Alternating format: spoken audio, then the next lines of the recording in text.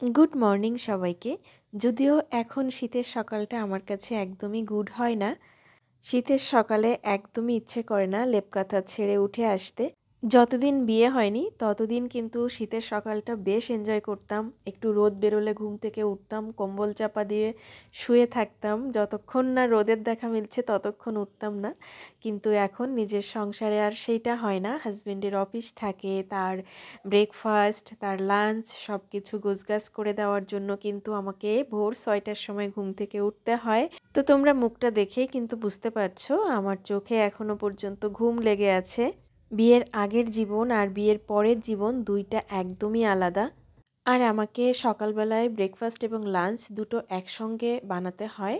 তো একদম সকালে উঠে কিন্তু চায়ের সঙ্গে রুটি কিংবা পাউরুটি যাই থাকুক না কেন টুকটাক আমরা ব্রেকফাস্ট করে নিই।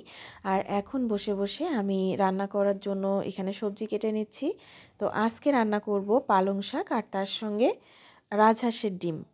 তো নর্মালি আমি শাক কখনো যদি রান্না করি তো আমি আগের দিন রাতে সব কিছু কোটা বাছা করে ধুয়ে তারপরে রেখে দিই।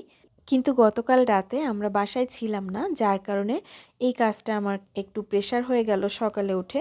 তো যাই হোক, কী আর করা যাবে, রান্না যেহেতু করতে হবে একটু গোছগাছ তো করে নিতেই হবে, তাই না? তো এই যে মা সেদিন যে ডিমগুলো দিয়ে পাঠিয়েছিলেন তো সেগুলোই আজকে রান্না করব।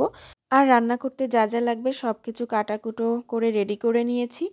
আর এই ডিমগুলোকে আমি অর্ধেক অর্ধেক করে কেটে নিয়েছি, কারণ বড় ডিমের ভিতরে মশলা যাবে না। তো এইভাবে করলে আর কি ভালোভাবে ভাজি ঠাজি করে আমি বেশ রসিয়ে কষিয়ে রান্না করতে পারবো, সেজন্য আর কি অর্ধেক করে নিয়েছি। আর এখন আমি পাশের চুলাটাতে টমেটো বসিয়ে দিলাম আর এই পাশে পালং শাক। তো পালং শাকটা আমি ঘন্ট করব।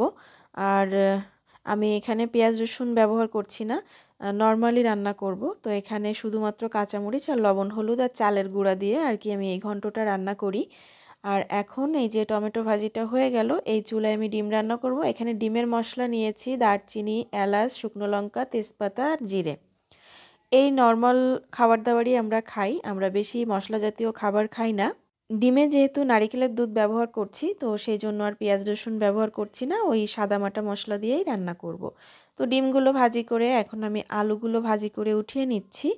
আর এরপরে আমি যে নারিকেলের দুধগুলো গুলিয়ে রেখেছিলাম তো একটু জিরা তেজপাতা ফোড়ন দিয়ে নারিকেলের দুধটা দিয়ে একটু কাঁচামরিচ আর হলুদ লবণ দিয়ে আমি ঝোলটাকে ফুটিয়ে নিব। তারপরে ডিম আর আলুগুলো ছেড়ে দিব। তো আমার রান্নাগুলো একটু খেয়াল করে তোমরা দেখবে একটু ডিফারেন্ট টাইপের হয়। আমি অনেক রান্না দেখেছি, বাট আমার মতো করে কেউ রান্না করে না এত সিম্পলি। সবাই একটু বেশি মশলা দিয়েই রান্না করে। তো যাই হোক, এই যে আমি আমার মশলাগুলো দিয়ে দিলাম আর ঝোলটা কিন্তু একদমই রেডি হয়ে গেছে। আর নারকেলের দুধ দিয়ে হাঁসের ডিম খেতে বেশ মজা লাগে।